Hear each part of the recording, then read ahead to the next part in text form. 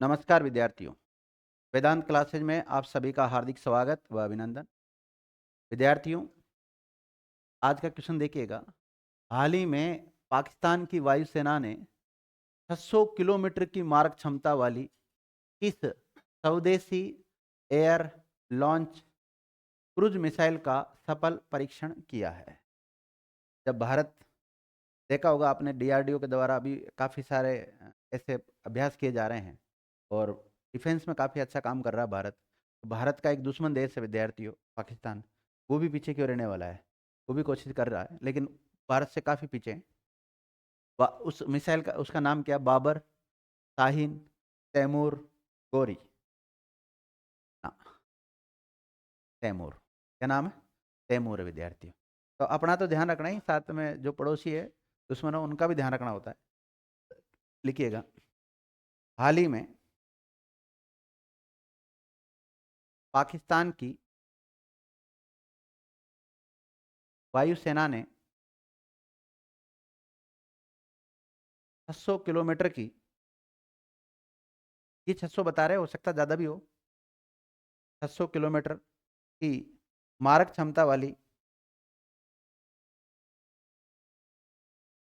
मारक क्षमता वाली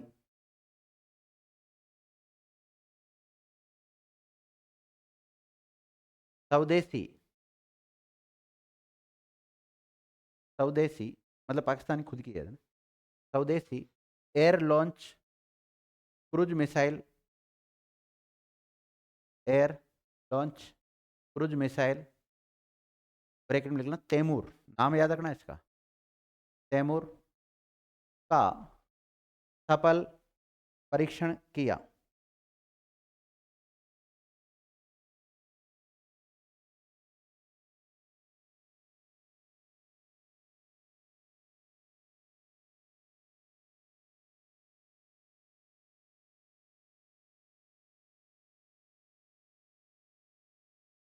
लिख लिया?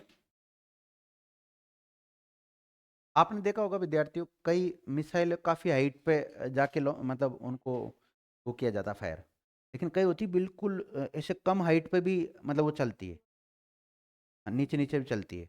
तो फिर ये बहुत ही नीचे लेवल पे भी इससे मार की जा सकती, नीचे लेवल पे मतलब। एक तो होता है काफ़ी हाइट पे जाने के बाद फिर वो नीचे जाके ब्लास्ट करेगी, तो उसको फिर क्या होता है, दूसरी जो दूसरे देशों के वो होती है ना, उसके रडार में आ जाती है और उसको उड़ा देती है वो। लेकिन ये नीचे नीचे जाएगी तो पकड़ नहीं पाएगी मतलब उसको जल्दी से। तो फिर उसमें थोड़ी ये मारक क्षमता इसकी इन्होंने 600 बताइए, लेकिन हो सकता है ज़्यादा भी हो भी सकते हैं। देखिएगा, इसका विकास पाकिस्तान की एयर वेपन्स, जैसे अपना डीआरडीओ है ना, वहाँ पे एयर वेपन्स के द्वारा किया गया है।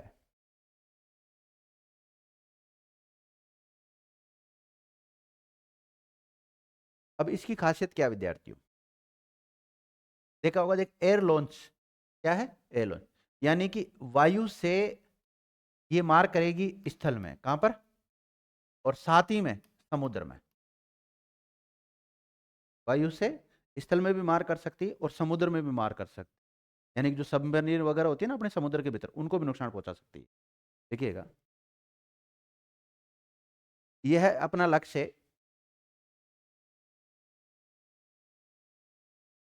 ये लक्ष्य लिख सकते हो, वायु से स्थल ऑब्लिक समुद्र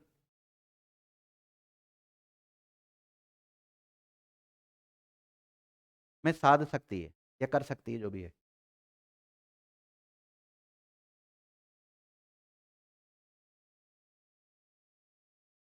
देखो, ये कम ऊंचाई पर उड़ान भर सकती है, कम ऊंचाई पर उड़ान भर सकती है,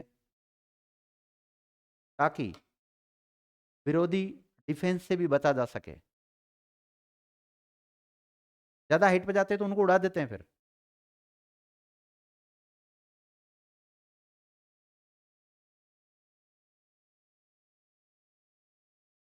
देखो, इसमें आधुनिक नेविगेशन, और गाइडेंस सिस्टम भी है। आधुनिक नेविगेशन लगा हुआ है और गाइडेंस सिस्टम भी है। एक बार टारगेट फिक्स कर दिया, जैसे पाकिस्तान वालों ने टारगेट फिक्स कर दिया जयपुर को उड़ाना है, जयपुर ही आएगी। जरूर नहीं ज़्यादा हाइट पाए, नीचे नीचे भी आएगी लेकिन जयपुर को उड़ा जाएगी, ध्यान रखना है।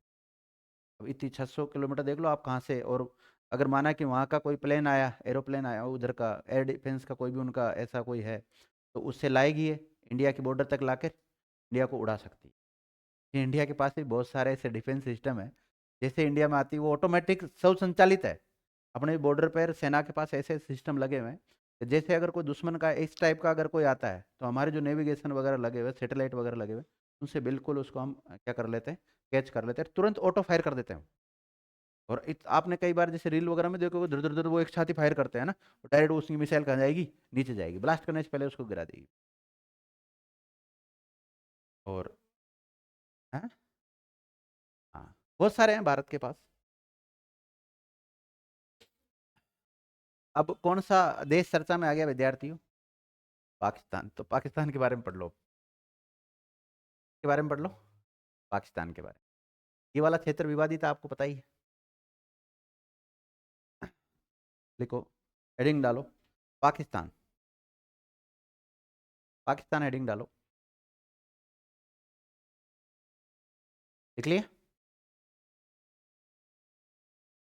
राजधानी लिखे सबसे पहले आप, से पूछूंगा वो बताएगा। सिमरन, पाकिस्तान की राजधानी क्या है? नहीं पता? किसको पता नहीं है? आपको पता नहीं, आपको पता नहीं, तेरे को पता नहीं, फिर क्या मतलब है? इस्लामाबाद। क्या है? इस्लामाबाद नहीं लिखी हुई है यहाँ पे, इस्लामाबाद, इस्लामाबाद।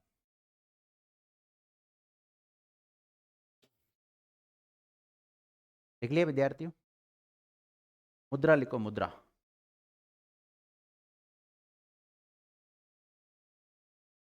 है? क्या हुआ? नहीं, मुद्रा का नाम लिखो विद्यार्थियों। हाँ, पाकिस्तानी रुपया, पाकिस्तानी रुपया। तो दे दे, इसको नींद आ रही।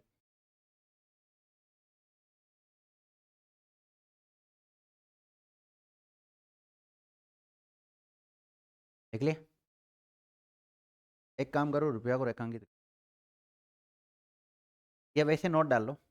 रुपया 8 देशों की मुद्रा है।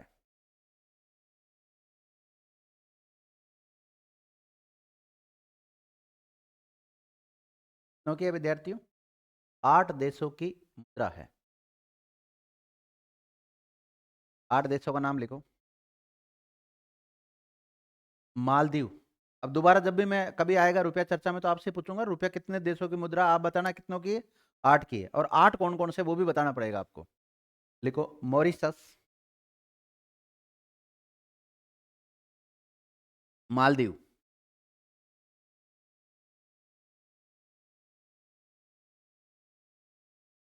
श्रीलंका,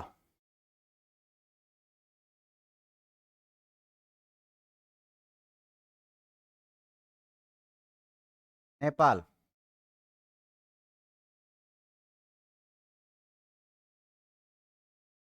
भूटान,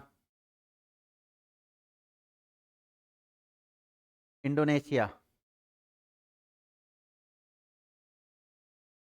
सेशेल्स।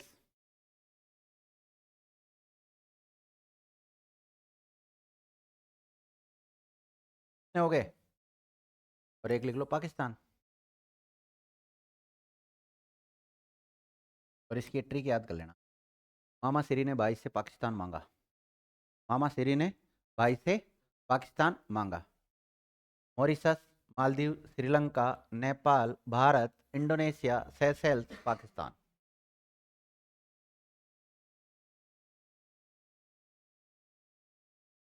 समझ गए? तो इन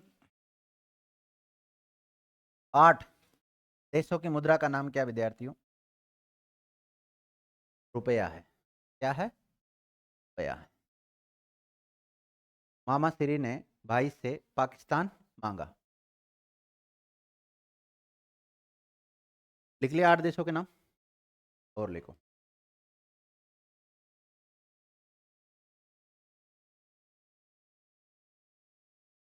सबसे बड़ा नगर, मतलब पाकिस्तान का सबसे बड़ा नगर।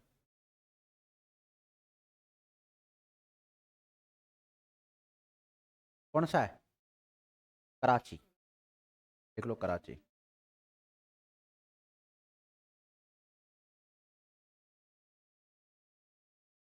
संसद का नाम लिखो। पाकिस्तान की संसद का क्या नाम है? National assembly. देखो विद्यार्थी, जैसे आप ने सुनते हैं कई बार, जैसे अमेरिका देश का नाम आता है, तो अमेरिका देश का नाम आता है तो पूछा जाता है अमेरिका की संसद को किस नाम से जाना जाता है? कांग्रेस नाम से जाना जाता है। इसी प्रकार पाकिस्तान की जो संसद है उसको किस नाम से जाना जाता है? नेशनल असेंबली के नाम से जाना जाता है। लिख लिया? संसदीय सीट लिख लो, 342।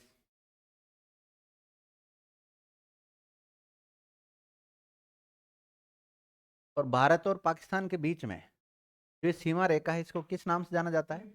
रेड क्लिप रेखा। भारत और पाकिस्तान के बीच की सीमा को रेड क्लिप रेखा के नाम से जाना जाता है।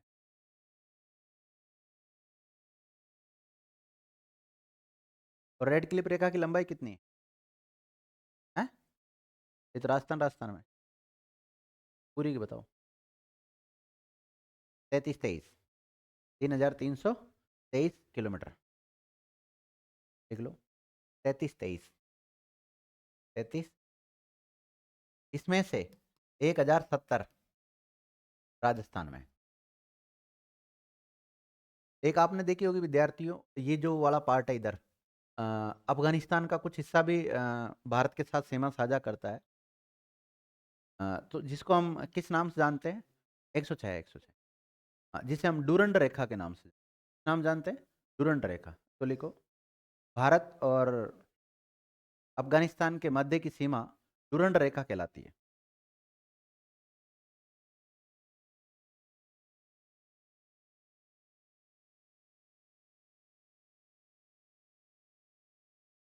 पाकिस्तान कब स्वतंत्र हुआ था? हैं? एक दिन बाद में हम हुए, 14 अगस्त को पाकिस्तान हो गया, तो स्वतंत्रता लिखो, पाकिस्तान की स्वतंत्रता 14 अगस्त 1947 को। पाकिस्तान की राजधानी क्या लिखाई मैंने आपको? इस्लामाबाद। लेकिन आपसे पूछा जाए पाकिस्तान की सांस्कृतिक राजधानी कौन सी है?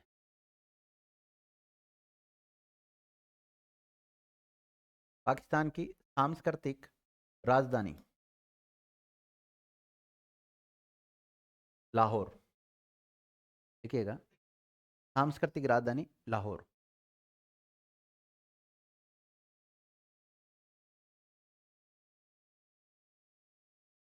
देखो विद्यार्थियों, भारत का खुद का कोई धर्म नहीं है, यानी कि भारत एक धर्मनिरपेक्ष राज्य है।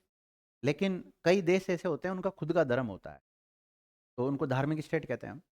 तो इसी प्रकार पाकिस्तान का खुद का इस्लाम धर्म है। खुद का जो राष्ट्र धर्म है वो कौन सा है?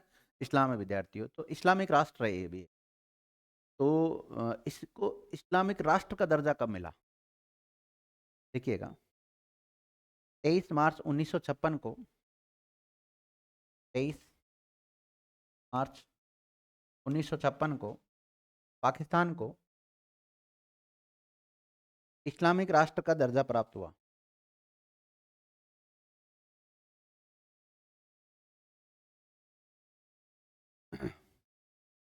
देखो हम पाकिस्तान को क्यों पढ़ रहे हैं? क्योंकि अभी पाकिस्तान चर्चा में रहा है। क्यों चर्चा में रहा था? क्योंकि पाकिस्तान की जो वायुसेना है, उसने 600 किलोमीटर मारक क्षमता वाली एक स्वदेशी एयर लॉन्च क्रूज मिसाइल है, इसका नाम है तैमूर, उसको लॉन्च किया, इसलिए पाकिस्तान चर्चा में रहा है। ये तो था करंट का क्वेश्चन। लेकिन इसके जो सारे स्टैटिक पॉइंट निकल के आ रहे हैं, ये सारे स्टैटिक पॉइंट लिखा रहा हूँ जो अदर जीके से रिलेटेड होते हैं वो। ठीक है ना? आपसे पूछा जाए पाकिस्तान का राष्ट्रीय गान क्या है? जैसे भारत का राष्ट्रीय गान क्या है? जनगण मन है। इसी प्रकार पाकिस्तान का राष्ट्रीय गान क्या है? देखो, पाकिस्तान का राष्ट्रीय गान कौमी तराना क्या है?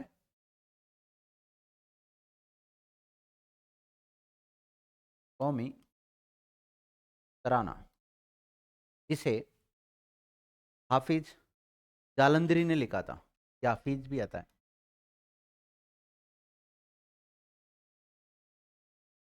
जालंधरी ने लिखा था। किसने लिखा था? हाफिज जालंधरी ने लिखा था। भारत का राष्ट्र नहीं, भारत का नहीं, पाकिस्तान का राष्ट्रीय फूल क्या है? पाकिस्तान का राष्ट्रीय फूल बताओ। मुख्य रूप से ये जो पॉइंट्स लेकर आ रहा हूँ, जो नेशनल लेवल की तैयारी करते हैं, स्टेट लेवल की सॉरी सेंट्रल लेवल की जो तैयारी करते हैं, उन बच्चों का फायदा। जैसे कोई SSGD की तैयारी कर रहा है, जो भी सेंट्रल लेवल की वैकेंसीज होती है ना, उन सब में तो राष्ट्रीय प्रतीक जो होते हैं उसमें लिखा रहा हूँ। राष्ट्रीय फूल लिखो यहाँ का, चमेली। राष्ट्रीय फूल क्या है? चमेली। हाँ। फल लिखो, राष्ट्रीय फल।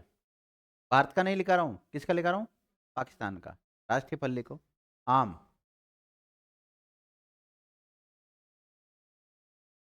खेल लिखो, मैदानी हॉकी। एक आइस हॉकी भी होती है ना, लेकिन मैदानी हॉकी है। देख लिया। भारत के कितने राज्य पाकिस्तान के साथ सीमा साझा करते हैं?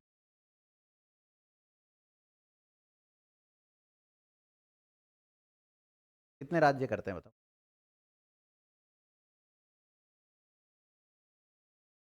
5 कौन से?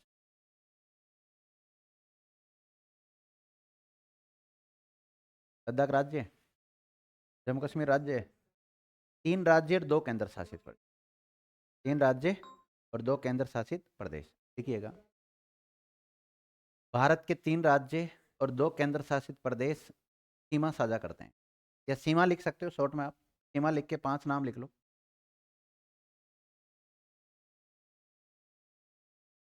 भारत के विद्यार्थियों, 3 तो राज्य और 2 केंद्र शासित प्रदेश पाकिस्तान के साथ सीमा साझा करते हैं। 3 राज्य कौन कौन से हैं? सबसे पहले नीचे से लिखो आप, गुजरात, फिर लिखो राजस्थान, फिर लिखो पंजाब, और फिर 2 केंद्र शासित प्रदेशों का एक साथ ही नाम लिख लो। पहला कौन सा आ जाएगा? जम्मू एंड कश्मीर, दूसरा लद्दाख। क्रम से लिखा दिया मैं।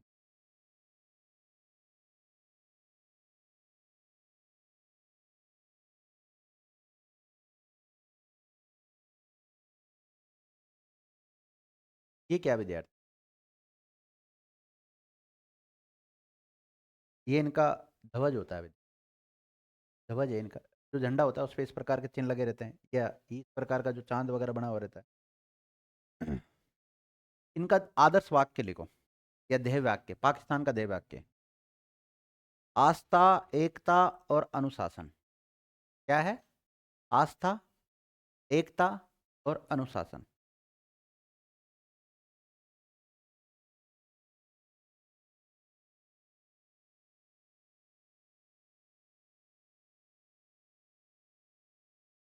लिख लिया। सीखने की दृष्टि से पढ़ो। राष्ट्रीयता की बहाना बहाना उसे बहाने से ना पढ़े आप। राष्ट्रीय भावना जागृत हो जाएगी तो फिर आप पढ़ोगे नहीं पाकिस्तान के बारे में, और क्वेश्चन आ गया तो।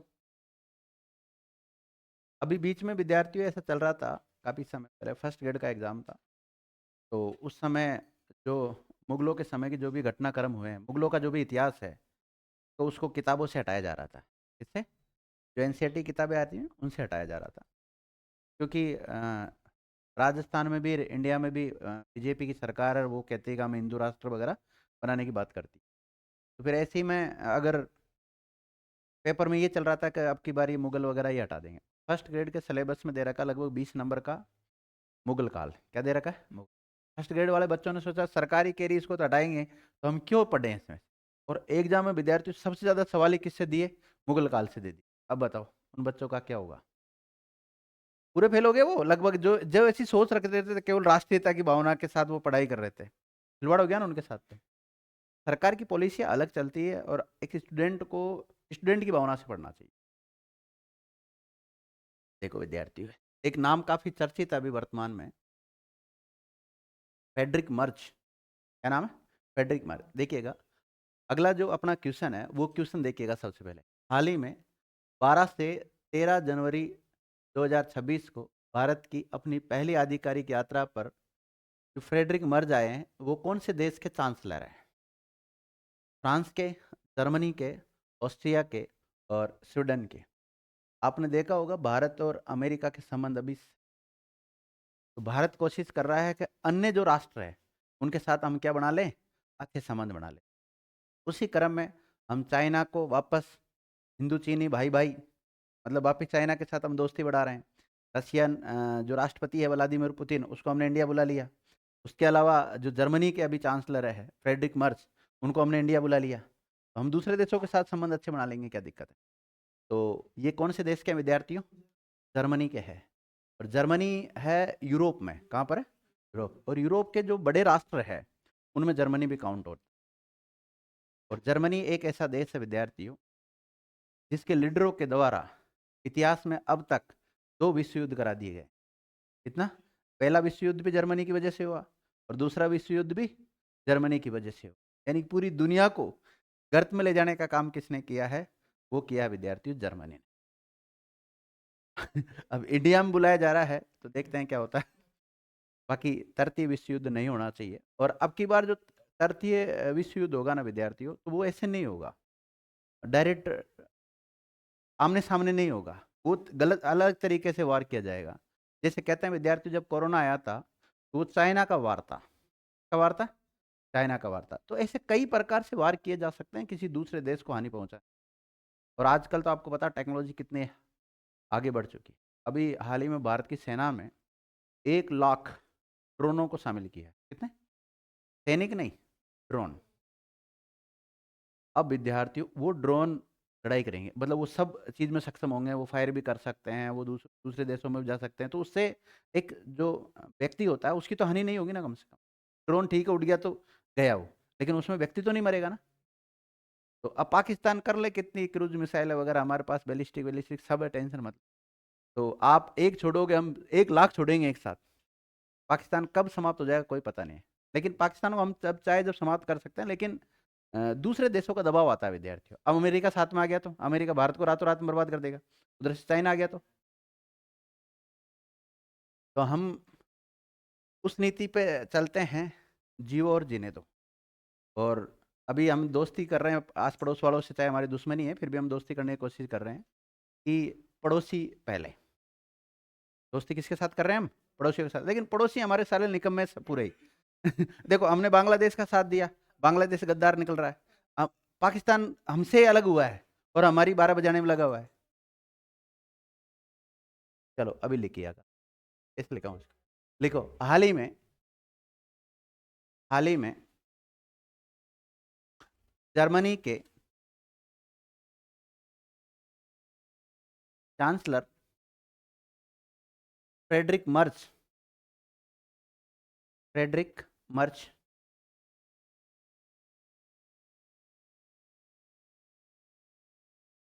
पहली बार भारत की आधिकारिक यात्रा पर आए। और कब आए विद्यार्थियों? 12 से लेकर 13 जनवरी 2026।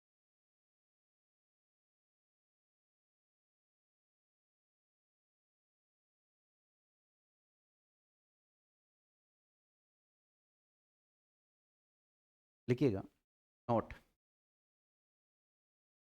अब जब भी दो देशों के ऐसे प्रमुख मिलते हैं विद्यार्थियों, तो इनके बीच में काफी द्विपक्षीय समझौते होते हैं। द्विपक्षीय समझौते होते हैं तो हमारे और जर्मनी के जो संबंध है वो थोड़े मजबूत होंगे। आप लिखिएगा। इसी दौरान दोनों राष्ट्रों के प्रमुख के मध्य द्विपक्षीय वार्ता हुई और दोनों राष्ट्रों के संबंध को मजबूती प्राप्त हुई। दोनों राष्ट्रों के प्रमुख के मध्य वार्ता हुई और दोनों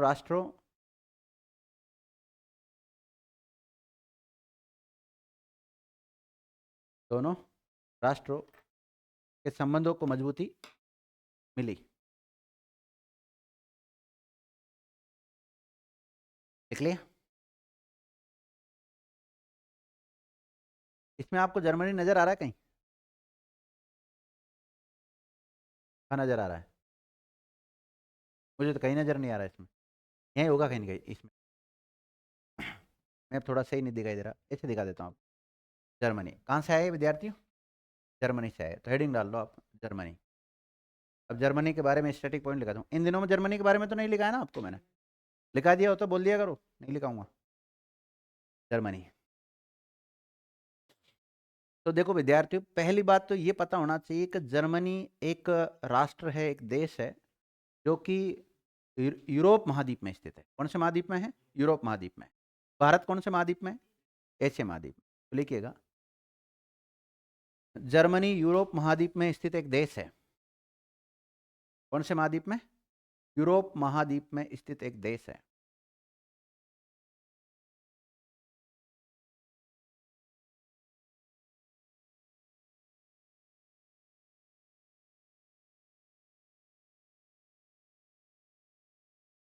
यहाँ के राष्ट्रपति का नाम लिखो। Frank Walter Steinmeier. स्टीनमेयर।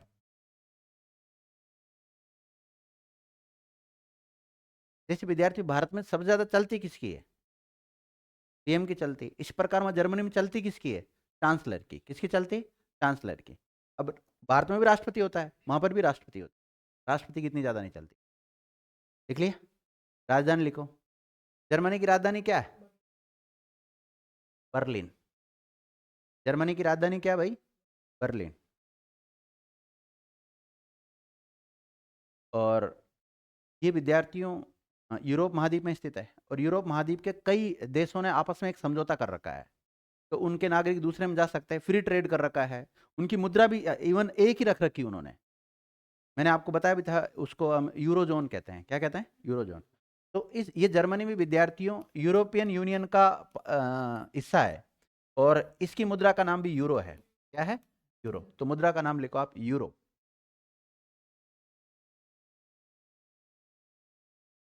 देख लिया। चांसलर कौन है यहाँ का? Chancellor Friedrich Merz. तो लिख लो चांसलर, वर्तमान चांसलर फ्रेडरिक मर्ज। अब आने वाले समय में या तो राष्ट्रपति चेंज होगा या चांसलर चेंज होगा, उसी को चेंज कर लेना बस। Friedrich Merz. अरे लिखा है ना अभी, क्या लिखा फिर तुमने? अभी कौन आया भारत में? ट्यूशन में तो लिखा है मैंने, फ्रेडरिक मर्ज। आपने नहीं लिखा होगा। ट्यूशन में इसका नाम लिखा है ना मैंने, फ्रेडरिक मर्ज। और फिर इसके बाद में अगर आप पूछते हो सर कौन है बताओ चांसलर, गड़बड़ हो जाता है। लिख लिया। आधिकारिक भाषा लिखो विद्यार्थियों, ऑफिशियल लैंग्वेज। आधिकारिक भाषा जर्मन। जैसे आपने लिखा था पाकिस्तान की संसद का नाम, लिखा था ना? क्या था? और अमेरिका की। तो इस प्रकार जर्मनी की पूछा जा सकता है। तो जर्मनी की संसद का नाम बताओ, संसद का नाम लिखो।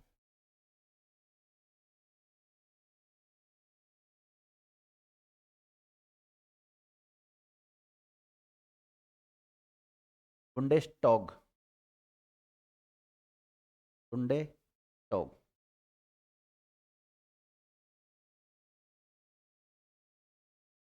लिख लिया। पड़ोसी देश लिख सकते हो या सीमा लिख सकते हो आप। देखो पड़ोसी देशों के नाम। इस सवाल बनते हैं विद्यार्थियों, निम्नलिखित में से कौन सा देश जर्मनी का पड़ोसी है या नहीं है? कौन सा सीमा लगाता है, कौन सा नहीं लगाता? नाम लिखो।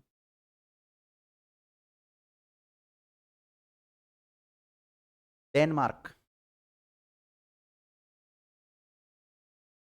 डेनमार्क। पोलैंड।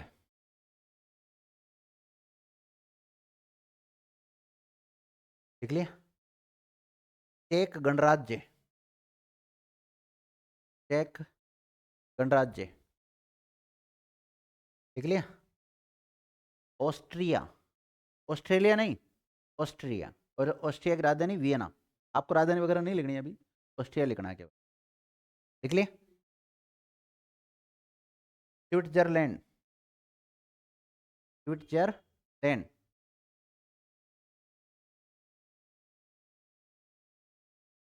फ्रांस भी काफी बड़ा देश है यूरोप का, फ्रांस। लिख लिए? लग्जमबर्ग,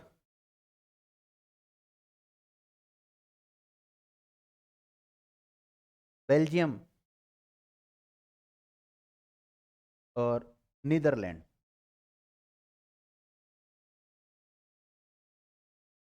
लिख लिए? कितने हो गए?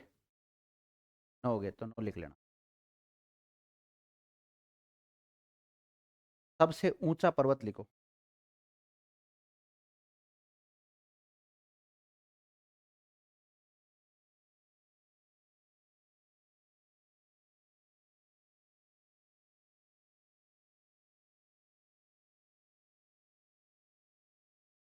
कितना है भैया ना? जुग सीपतजे। सबसे ऊंचा पर्वत कौन सा है? जुग सीपतजे। हाँ, भारत का सबसे ऊंचा पर्वत कौन सा है? भारत में स्थित सबसे ऊंचा पर्वत कौन सा?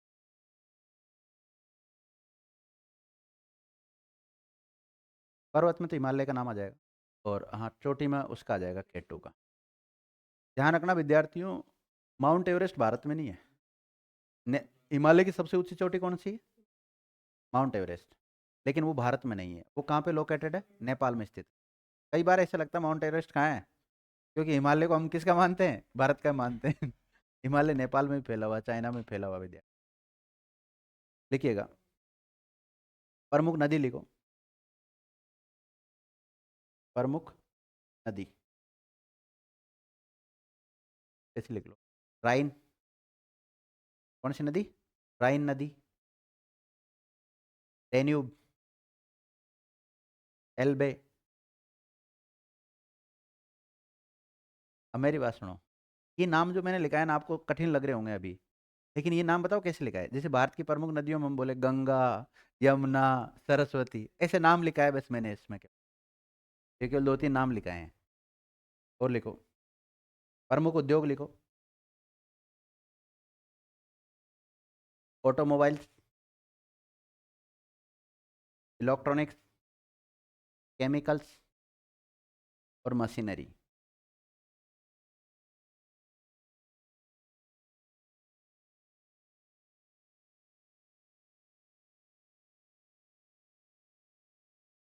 देखिएगा, जर्मनी कई संगठनों का सदस्य देश है। जर्मनी कई संगठनों का सदस्य है। मतलब कौन कौन से संगठनों से रिलेटेड है, ये ध्यान रखना। एक तो मैंने आपको कहा था, यूरोपियन यूनियन से संबंधित है ये। इस यूरोपियन यूनियन का भी सदस्य है, ईयू का सदस्य है। आप पूरा लिखना चाहो तो लिख सकते हो, यूरोपियन यूनियन का सदस्य है। जब भी हम यूरोपियन यूनियन के जो मेंबर पढ़ेंगे, उसमें जर्मनी का नाम भी आएगा, ध्यान रखना। इसके अलावा यूएनओ का, यूनाइटेड नेशन ऑर्गेनाइजेशन का, यूएनओ का सदस्य है। देख लिया? इसके अलावा जैसे G7, कई बार होता है ना कि G7 की बैठक हुई, तो G7 का सदस्य है। इसके अलावा G20 का सदस्य, मैं पढ़ाऊंगा अलग अलग ये, जब भी G7 इनकी कोई बैठक वगैरह आयोजित होगी ना, तो उस समय पूरे को पढ़ा दूंगा मैं एक साथ ही स्टडी। माना कि जैसे हाल ही में G20 की फलाने फलाने नंबर की बैठक आयोजित हुई, इस दिन चर्चा में आ गया ना, उस दिन पूरा किसको पढ़ा दूंगा आपको कि G20 क्या है। और जैसे कभी आ गया G7, तो इसके बारे में पढ़ा दूंगा। कभी ईयू आ गया चर्चा में, तो ईयू के बारे में लिखा दूंगा। कभी जैसे नाटो आ गया, जैसे नाटो का भी सदस्य है विद्यार्थी हो जर्मनी, तो लिख लो, नाटो का भी सदस्य है। नाटो आ गया तो नाटो के बारे में पढ़ा दूंगा। अब एक दिन में तो सब कुछ नहीं पढ़ा सकता ना, टाइम तो लगता है, लेकिन बूंद बूंद से घड़ा भर जाएगा विद्यार्थी। प्रसिद्ध शहर लिखो इसका, बर्लिन। बर्लिन तो इसकी राजधानी भी है।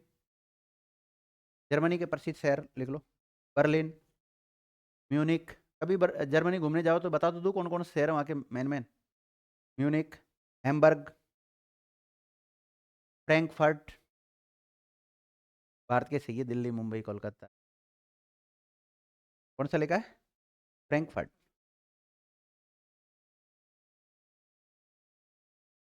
देख लिया विद्यार्थियों? अगला क्वेश्चन देख। अगला क्वेश्चन देखिएगा। हाल ही में केंद्रीय मंत्री जिनका नाम है धर्मेंद्र प्रधान, उन्होंने प्रधानमंत्री नरेंद्र मोदी जी के स्वतंत्रता दिवस पर जो भी भाषण दिए गए हैं उनके ऊपर एक पुस्तक लिखी है जिसका उर्दू संकलन है। क्या नाम है? उर्दू संकलन का विमोचन किया है। किस नाम से? मतलब वो पुस्तक लिखी, मन की बात, खुद बात ए मोदी, लाल किले की फसील, मोदी का पैगाम, नया भारत, नई उम्मीद। कई लोग कह रहे हैं कि मोदी जी क्या करते हैं? मन की बात। तो एक उस पर रील पे चल भी रहा है, एक वो वायरल हो रहा है। नेक्स्ट टाइम जो भी पीएम बने वो शादीशुदा होना चाहिए, ताकि मन की बात तो किसके साथ कर ले? वो अपनी पत्नी के साथ कर ले, और जनता की जो बातें हैं वो देश के साथ करें, मतलब है। अब वो देश की जो जनता है उनके साथ तो क्या करते हैं? वो मन की बात करते हैं। तो ऐसा कुछ रील में चल रहा है, तो ये नहीं है, ध्यान रखना। ये उनका आंसर क्या जाएगा? खुद बात ए मोदी, लाल किले की फसील, विद्यार्थी, ये राइट आंसर होगा। मतलब नरेंद्र मोदी जी के द्वारा लाल किले पे ही होता है, आपको पता है वो फंक्शन होता है 15 अगस्त का जो फंक्शन होता है, तो उस पर जो भी भाषण दिए गए हैं उनके ऊपर एक पुस्तक लिखी है, उसका उर्दू संकलन या उन भाषणों का उर्दू संकलन कह सकते हो आप। उसका हाल ही में विमोचन हुआ विद्यार्थियों। किसने किया है? केंद्रीय मंत्री धर्मेंद्र प्रधान के द्वारा किया गया है। किस नाम से? खुदबात ए मोदी, लाल किले की फसील से। देख लो। और शायद ये कुछ इमेज वगैरह भी दिखाई दे रही है आपको। ये रहे हमारे भारत के राष्ट्रपति, ये मोदी जी, और ये रहे धर्मेंद्र प्रधान जी। देखिएगा, हाल ही में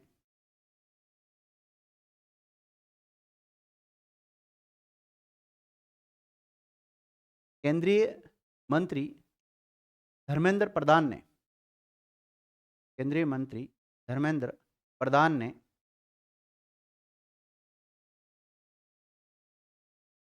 भारत के प्रधानमंत्री नरेंद्र मोदी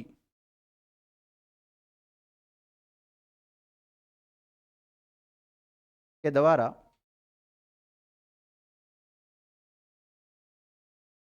15 अगस्त ब्रैकेट में स्वतंत्रता दिवस पर 2014 से 2025 2014 से 2025 तक दिए गए भाषणों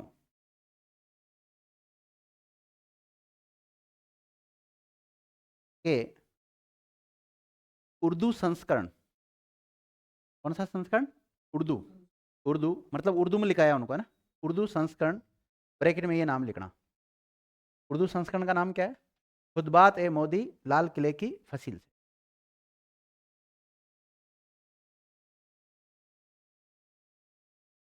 खुदबात ए मोदी, लाल किले की फसील से।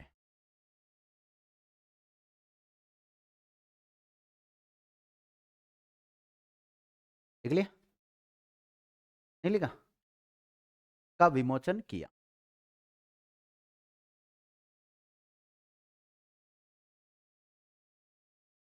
लिख लिया?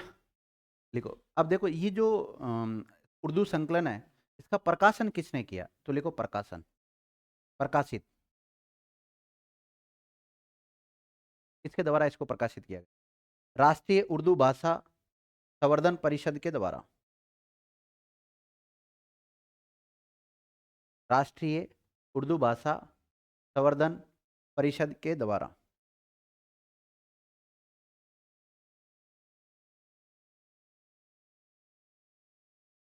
लिख लिया? अब पाकिस्तान ने तो विद्यार्थियों तैमूर है लॉन्च किए। अब भारतीयों ने देखो विद्यार्थियों पूरी एक बटालियन बना ली, और वो बटालियन देखो किस नाम से बना। उनके पूरी सुविधा उनके पास, ड्रोन फ्रोन, मिसाइलें विसाइलें सब है उनके पास, और तगड़े कमांडो है। वो किस नाम से? देखो एक पूरी बटालियन बनाई है। क्या लिखा है इसमें? हाल ही में भारतीय सेना ने किस नाम से एक आधुनिक युद्ध बल, मतलब पूरी कंपनी बना ली विद्यार्थियों, मतलब पूरे एक सेना तैयार कर लिया अलग से, आधुनिक युद्ध बल का गठन किया है, जिसमें 1 लाख से भी अधिक ड्रोन ऑपरेटर शामिल। अरे विद्यार्थी, ड्रोन नहीं, ड्रोन ऑपरेटर, इसका मतलब ये है कि ड्रोनों की संख्या तो 1 लाख से भी ज़्यादा है। ड्रोनों पर जैसे माना कि मैं ड्रोन चला रहा हूँ, तो मेरे पास एक ड्रोन थोड़ी रहेगा, एक से ज़्यादा को भी तो मैं संचालित कर सकता हूँ। हो सकता है इसको रिप्लेस करने के लिए दूसरा भी चाहिए मुझे। तो इतने तो 100 जन मतलब 1 लाख से ज़्यादा तो ड्रोन ऑपरेटरों की नियुक्त कर लिए उनको। क्या लिखा है इसमें? 1 लाख से अधिक ड्रोन ऑपरेटर शामिल किए गए हैं। पूरी बटालियन है। किस नाम से? गरुड़, भैरव, वज्र, इंद्रजीत। नहीं, भैरव। कौन सा है? भैरव। भैरव, भैरव नाम से है। पी लिखो। हाल ही में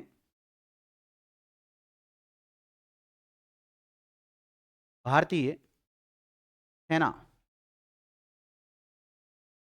हाल ही में भारतीय सेना ने भैरव नाम से, इंपोर्टेंट कर लेना इसको, रेखांकित कर लेना भैरव को। भैरव नाम से एक आधुनिक युद्ध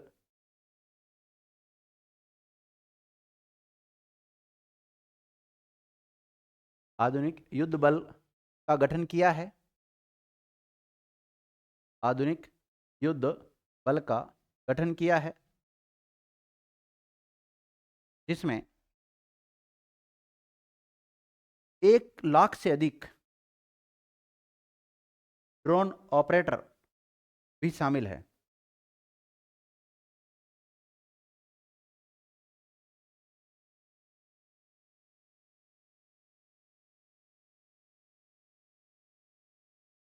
लिख लिया? भैरव को रेखांकित करो। लिखो, भैरव को फाइट टू नाइट फोर्स भी कहा जाता है। क्या कहा जाता है? फाइट टू नाइट फोर्स भी कहा जाता है।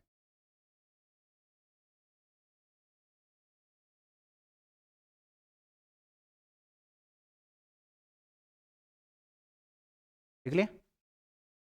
अब देखो विद्यार्थियों, कि भारतीय सेना में जो आधुनिक युद्ध बल तैयार किया जा रहा है, इसमें टोटल 25 बटालियन तैयार होगी। नहीं, ऐसी आधुनिक रूप से सज्जित 25 बटालियन होगी, और 25 में से हमने 15 तो तैयार कर ली। नहीं, 15 तैयार कर ली विद्यार्थियों, 10 और करना से। देखिएगा, इस भैरव युद्ध बल में कुल 25 बटालियन शामिल होगी, जिसमें से 15 का गठन किया जा चुका है।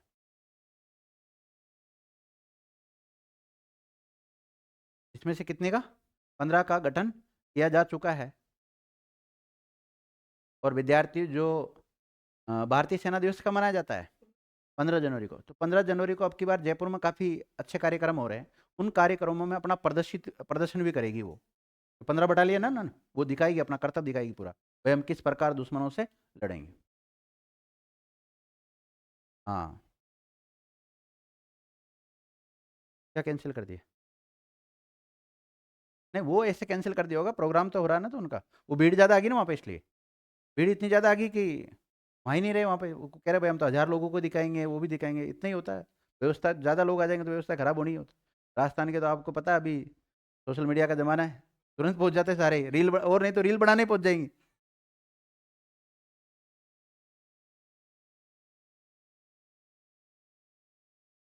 अगला क्वेश्चन देखिएगा विद्यार्थी।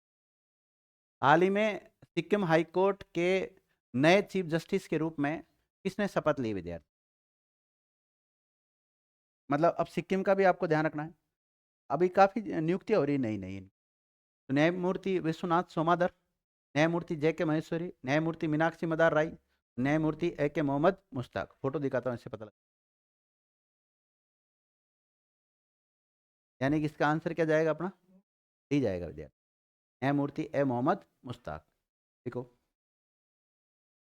हाल ही में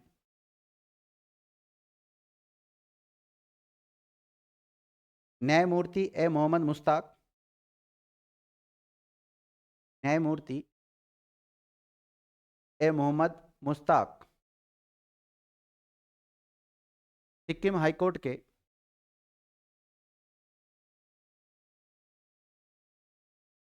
सिक्किम हाई कोर्ट के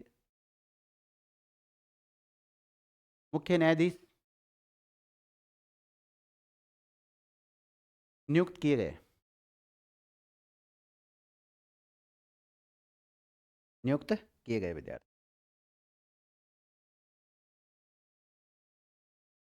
लिख लिया, लिखा हुआ है ना विद्यार्थी यहाँ पे। न्यायमूर्ति की जगह क्या लिख सकते हैं आप? Justice, justice A Mohammad Mushtaq recruitment as chief justice of Sikkim high court. Sikkim high court के चीफ जस्टिस कौन बन गए विद्यार्थियों? ए मोहम्मद मुश्ताक जी बन गए। अब देखो, अब बताओ इनको नियुक्त कौन करता है? नॉर्मल बात है, राष्ट्रपति करता है। और राष्ट्रपति भारत के कौन है? द्रौपदी मुर्मू, उनके द्वारा इनको नियुक्त किया गया है। लेकिन अपनी मर्जी से नहीं करते विद्यार्थी, कॉलेजियम की सिफारिश पर करते हैं। पर कॉलेजियम की सिफारिश पर, कॉलेजियम वगैरह क्या होता है मैंने सारी चीजें बता रखी है आपको। लेकिन इनको शपथ कौन दिलाएगा? संबंधित राज्य का जो राज्यपाल होता है वो शपथ दिलाता है। ये पूछा जा सकता है इनको शपथ किसने दिलाई विद्यार्थियों? तो ओम प्रकाश माथुर जो कि सिक्किम के वर्तमान गवर्नर है, उन्होंने इनको शपथ दिलाई। तो लिख लो, इनको शपथ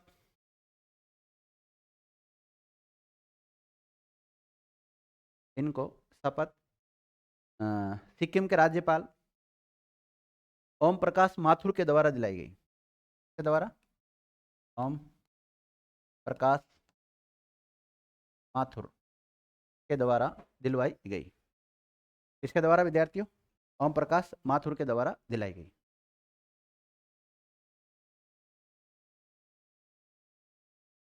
देख लिया, कहां पर इनको शपथ दिलाई है?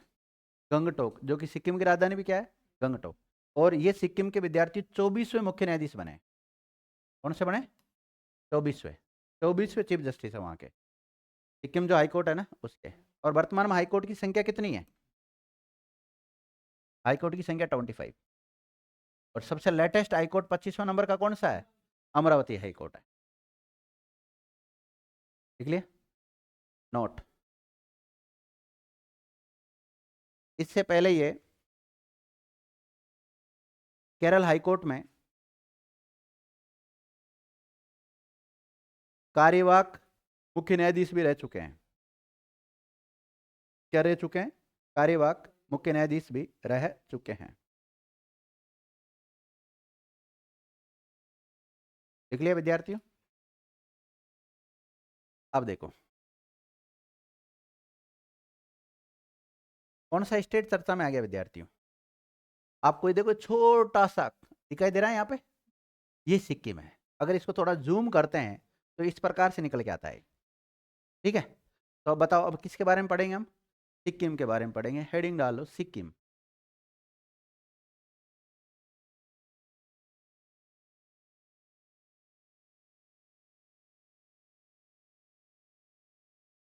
लिख लिया,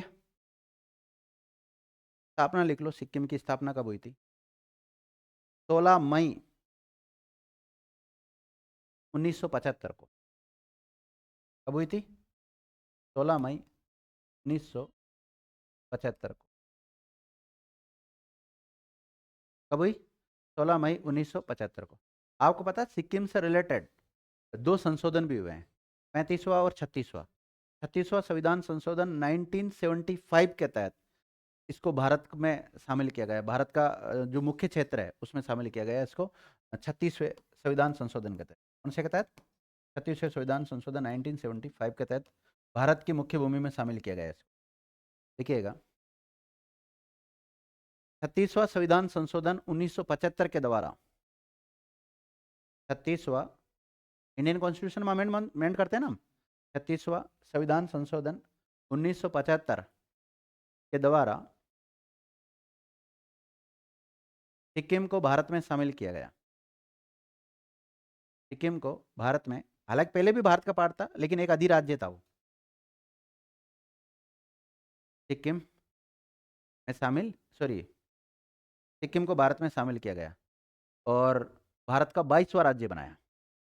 कौन सा राज्य बनाया था? 22वां। तो आपसे पूछा जाए विद्यार्थी, भारत का 22वां राज्य कौन सा बना? ये कई बार पूछा गया है सिक्किम से। सिक्किम कौन से नंबर का है, या 22वां राज्य कौन सा, कैसे भी आगे पीछे करके क्वेश्चन पूछा जा सकता है। मैंने कम से कम 100 बार एग्जामों में देख लिया, अलग अलग एग्जाम में अलग अलग बार, एक ही एग्जाम में 10 बार भी देख लिया इसको। इस माने कोई कांस्टेबल का एग्जाम होता है या कोई सेंट्रल लेवल का कोई एग्जाम है, उसमें 10 बार मैंने एक इस क्वेश्चन को रिपीट होते हुए देखा है। तो इसका मतलब इंपॉर्टेंट है, बार बार क्वेश्चन आ रहा तो ये 22वें नंबर, ये क्रम और पूछा जाता है। जैसे अभी लास्ट वाले जो तीन एक साथ जुड़े हैं, जैसे छत से उतर जा, छत से उतर जा, यानी छत्तीसगढ़, उत्तराखंड और झारखंड। झारखंड का कौन सा नंबर है? 28वां। इसका 27वां। इसका 26वां। 26वां क्या होता है? 26वां। और 29वां कौन सा बनाता? तेलंगाना बनाता। तो ऐसे पूछा जाता ना। तो इसी प्रकार इस 22वां का भी पूछा। 22वां कौन सा बना विद्यार्थियों? सिक्किम बना। अब सिक्किम अपना स्थापना दिवस कब मनाएगा? 16 मई को। देखो, सिक्किम अपना स्थापना दिवस प्रतिवर्ष 16 मई को मनाता है। 16 मई को फिर सिक्किम चर्चा में आएगा, ध्यान रखना।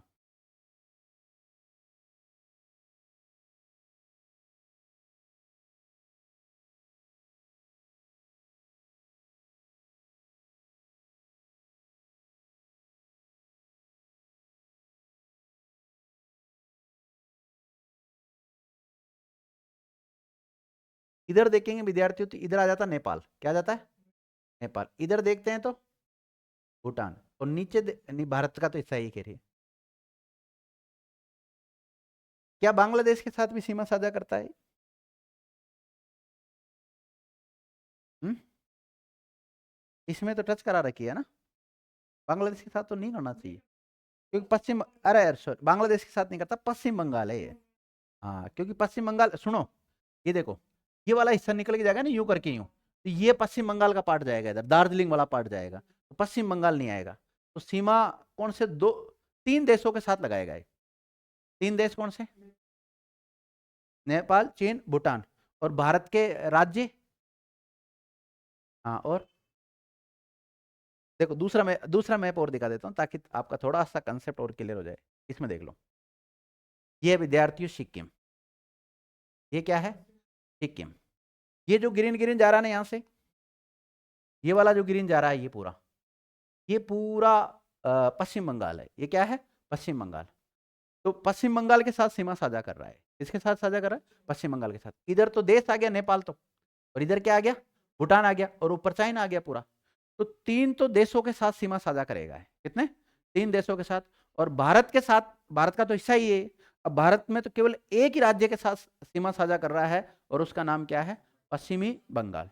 तो सबसे पहले आप सीमा ही लिखो, सीमा लिखो। तीन देश और एक राज्य। तीन देश और एक राज्य। राज्य में तो लिख लो केवल पश्चिमी बंगाल।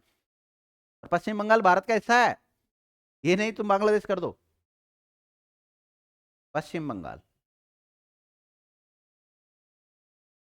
और देश में लिख लो विद्यार्थी कौन कौन सा? नेपाल, चीन और भूटान।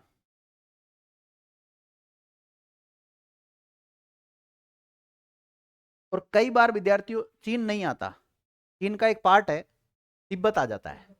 चीन के ब्रैकेट में भी क्या लिख सकते हैं आप? तिब्बत। लिख लिया? इसमें तो नहीं दिखा रखी होगी विद्यार्थियों, बाकी ये इसकी राजधानी है। ये क्या है? इसकी राजधानी। तो आप लिख लो इसकी राजधानी।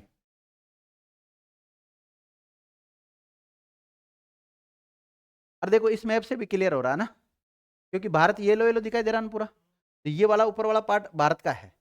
लेकिन ये जो इधर आ जाता नेपाल, इधर आ जाता भूटान, और ये जो बांग्लादेश है, बांग्लादेश टच नहीं कर रहा। इसके बीच में कौन जा रहा है?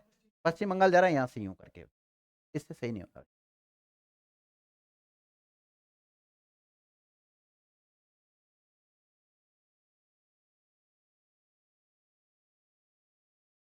सीमा लिख ली, राजधानी लिख ली। गंगटोक नजर आ रहा है कहीं पे? ये इसकी राजधानी गंगटोक। लिख लिया? वर्तमान सीएम लिखो। वर्तमान में यहाँ के मुख्यमंत्री कौन? राजस्थान के मुख्यमंत्री कौन है? भजन लाल जी शर्मा जी। यहाँ के कौन है बताओ? प्रेम सिंह तमांग। कौन है? प्रेम सिंह तमांग। एक मिनट, प्रेम सिंह तमांग कौन सी पार्टी के हैं? S KM party. कौन सी पार्टी? SKM party. पूरा नाम सिक्किम क्रांतिकारी मोर्चा पार्टी। कौन सी पार्टी है? सी नहीं, SKM पार्टी, सिक्किम क्रांतिकारी मोर्चा पार्टी से संबंधित है विद्यार्थी। लिख लिया? वर्तमान राज्यपाल का नाम लिखो।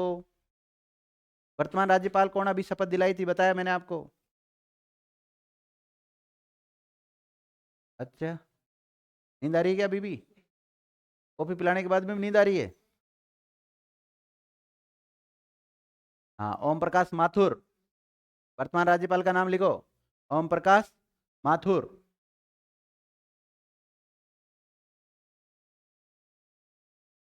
और सिक्किम हाईकोर्ट का वर्तमान मुख्य न्यायाधीश, एक और ऐड कर लो। सिक्किम हाईकोर्ट का वर्तमान मुख्य न्यायाधीश। ऐसे होगा, बूंद बूंद से घड़ा भरेगा भाई, एक दिन पूरी करंट अप टू डेट हो जाएगी ना पूरी। और जब भी चेंज होगा तो चेंज कर लिया करना। वर्तमान मुख्य न्यायाधीश कौन है? न्यायमूर्ति ए मोहम्मद मुश्ताक। लिख लिया? लोकसभा सीट लिखो।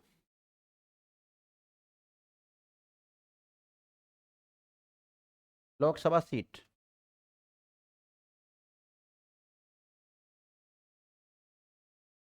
कितनी है?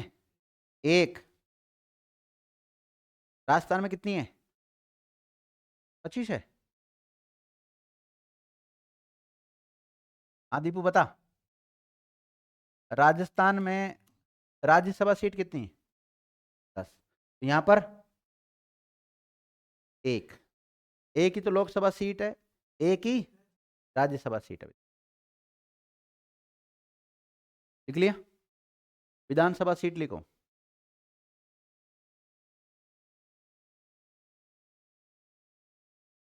कितनी है? 32। 32। 40 होनी चाहिए न्यूनतम। कितनी है यहाँ पर? अपवाद है। यहाँ का जो विधानमंडल है वो कितना सदनात्मक है? एक या दो या चार?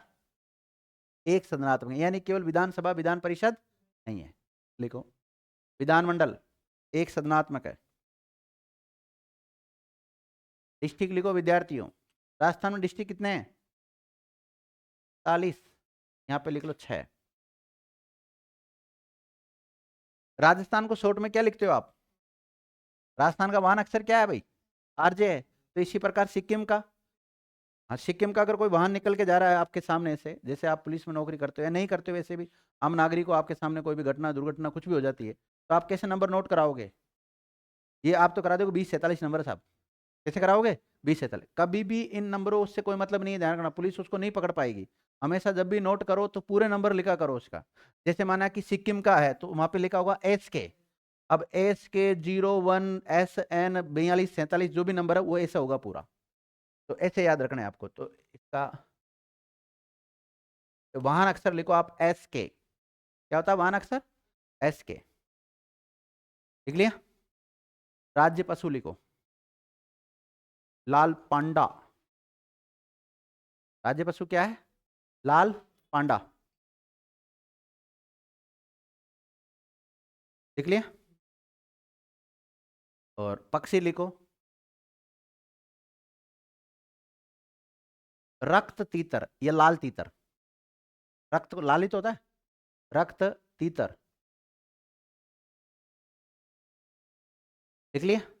राज्य वृक्ष लिखो, रोडोडेंड्रन। रोडोडेंड्रन वृक्ष है भाई, रोडोडेंड्रन। लिखूं? रोडोडेंड्रन। पुष्प लिखो,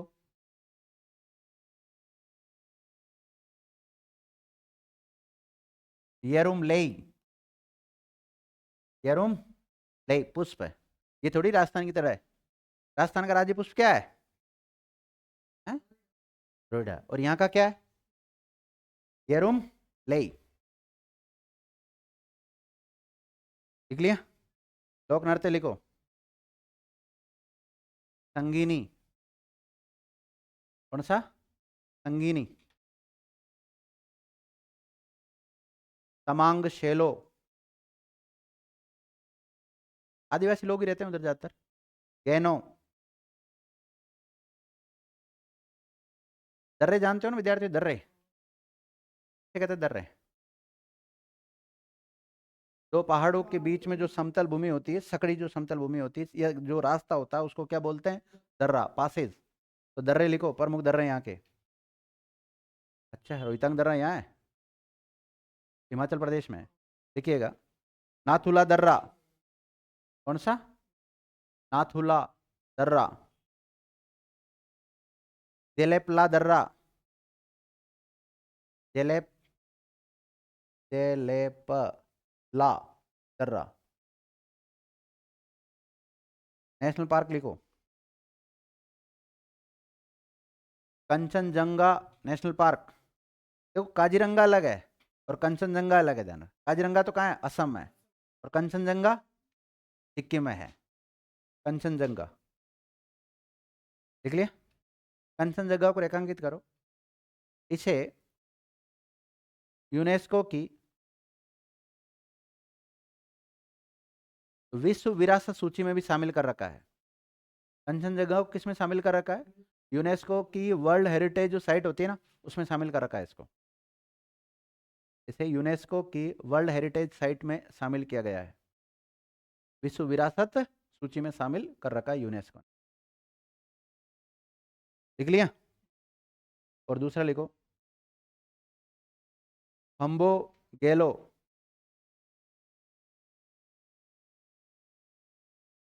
हम्बो गेलो नेशनल पार्क। हम्बो गेलो नेशनल पार्क। लेक लिखो विद्यार्थियों, प्रमुख झील लिखो, गुरडोंगमार झील। गुर गुरडोंगमार झील। कौन सी झील? आपसे पूछा है गुरडोंगमार झील कहाँ है? सिक्किम। और लिखो, टांगू झील। कौन सी? टांगू, चालू मत लिखना। देखो, खेचे ओपलरी झील।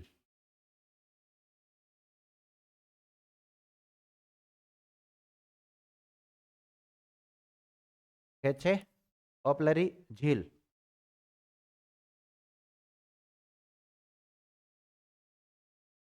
राज की मछली लिखो, कैटल फिश। कैटल मछली।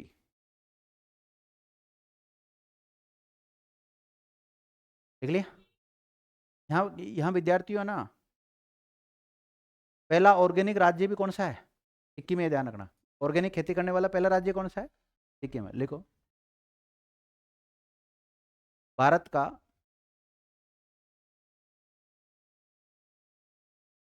पहला ऑर्गेनिक कृषि वाला राज्य, वो भी कौन सा है? सिक्किम है।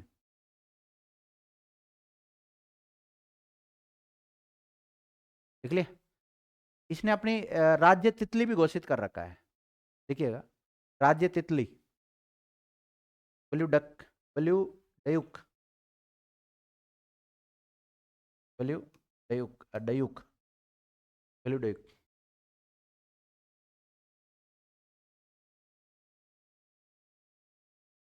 देख लिया? भारत को एक अभी हाल ही में एक बहुत अच्छी उपलब्धि हासिल हुई है विद्यार्थियों, ये इसके चावल के मामले में। चावल उत्पादन के मामले में दुनिया में पहला स्थान कौन से देश को प्राप्त हुआ है? भारत को। भारत को पहले चाइना था, चाइना को पछाड़कर, लिखा हुआ ना यहाँ पे, हाल ही में चावल उत्पादन में चीन को पछाड़कर दुनिया का शीर्ष उत्पादक देश कौन सा देश बन गया है? Bharat, Vietnam, Thailand, Indonesia. तो पुराने डाटा में आपने जब भी मैंने आपको पढ़ाया होगा चावल आवल के बारे में, तो पहला स्थान किसको लिखाया होगा? चाइना को लिखाया होगा। और मैंने हमेशा कहा था, कृषि हो, उद्योग हो, खनन हो, इनसे रिलेटेड हमेशा करंट से अपडेट करते रहना चाहिए उसको। तो अगर आप चाइना करके आओगे तो गलत हो जाएगा। अब तो सर आपने तो लिखा आया था, वो तो उस समय लिखा आया था जब पढ़ाया था, जब करंट, इसलिए तो कहता हूँ करंट जरूरी है। करंट देखो, आपको चाहे जीके कितनी भी आती है, अगर आप करंट पढ़ लिए ना तो आपको कॉन्फिडेंस आने लग जाएगा, और कॉन्फिडेंस में तो जो काम हमसे नहीं होता उसको भी हम कर सकते हैं। तो कॉन्फिडेंस लाने के लिए करंट पढ़ना जरूरी है विद्यार्थियों। तो अब लिख लेना, चाइना को पछाड़कर भारत पहले स्थान पे आ गया है। तो लिखिएगा, हाल ही में चावल उत्पादन के मामले में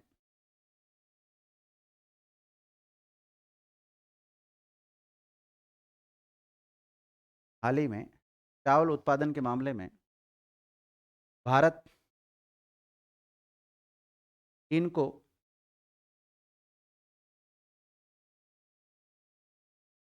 पछाड़कर दुनिया का या विश्व का शीर्ष उत्पादक देश बना।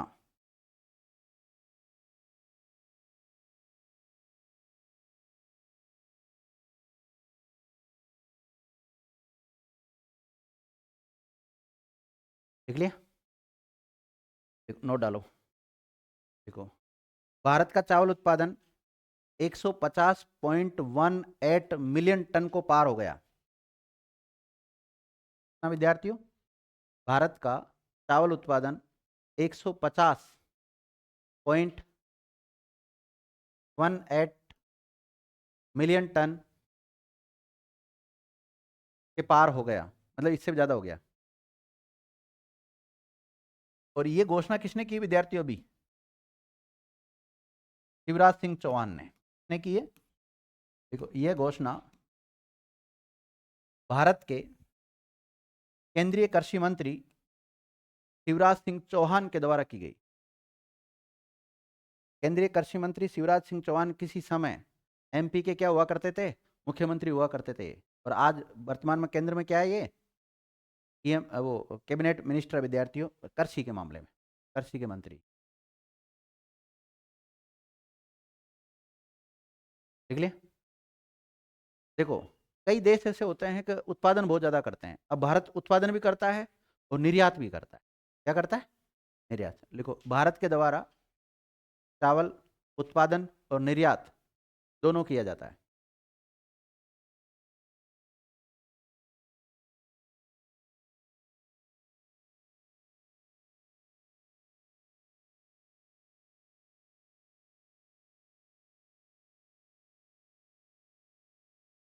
अब देखो, इस चावल उत्पादन में भारत को पहले स्थान पर लाने में सरे कौन से राज्यों को दिया जाता है? मुख्य रूप से उत्तर प्रदेश, पश्चिम बंगाल, तेलंगाना और पंजाब को। इन क्षेत्रों में बहुत ज्यादा मात्रा में चावल का उत्पादन किया गया, और परिणाम ये निकला कि भारत पहले स्थान पर आ गया विद्यार्थी। लिखिएगा, उत्पादन में प्रमुख योगदान वाले जिले, सॉरी राज्य, उत्पादन में योगदान देने वाले प्रमुख राज्य।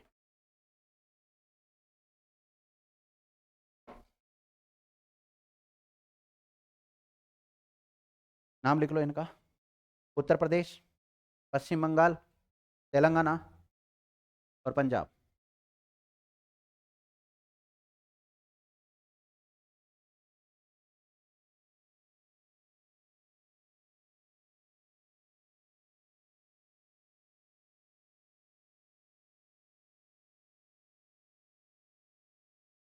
अब देखो, कौन किसके मामले में पहला स्थान रखता है वो लिख लो आप। चावल के मामले में पहला स्थान कौन सा देश रखता है? चावल के मामले में कौन सा विद्यार्थियों? भारत।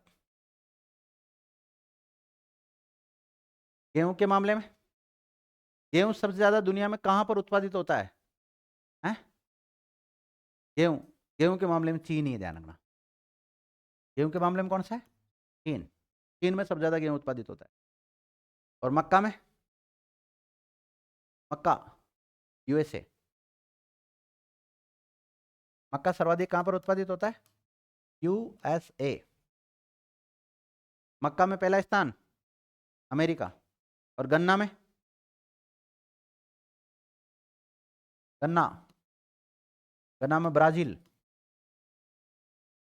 ब्राजील दक्षिणी अमेरिका का एक देश है ब्राजील विद्यार्थी, वहां पर कपास में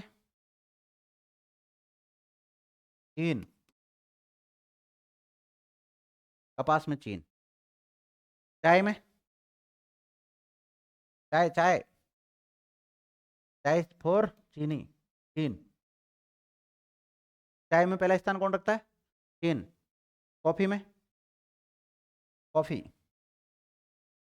कौन रखेगा? अरे विद्यार्थी पढ़ाया होगा कभी न कभी तो। ब्राजील। और जो दालें होती हैं, दालें, दलहन, दलहन के मामले में पहला स्थान भारत, भारत भारत भारत रखता है विद्यार्थी पहले। देख लिया। और जो जिनसे तेल निकलता है उनको तिलहनी फसलें बोलते हैं। तिलहन के मामले में USA, United state of America, संयुक्त राज्य अमेरिका।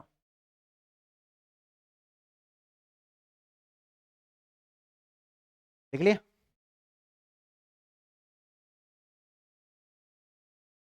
और दूध उत्पादन में भारत पहला स्थान रखता है।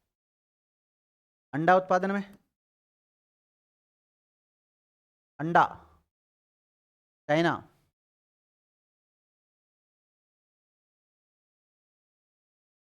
और मछली उत्पादन में पहला स्थान चाइना।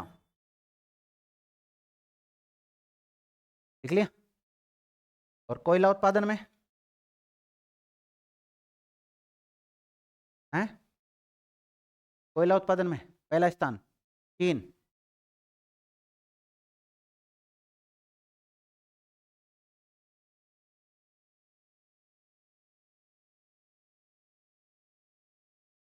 और लोहा एस के मामले में ऑस्ट्रेलिया। कौन सा विद्यार्थी? ऑस्ट्रेलिया।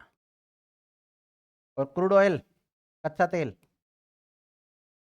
कच्चा तेल के मामले में USA, United state of America. थोड़े कम पढ़ रहे होंगे तो वेनेजुएला पे कब्जा कर लिया। हो गया विद्यार्थियों? तो आज की करंट की क्लास को यहीं ऑफ करते हैं, बाकी कल चर्चा करेंगे। धन्यवाद विद्यार्थी।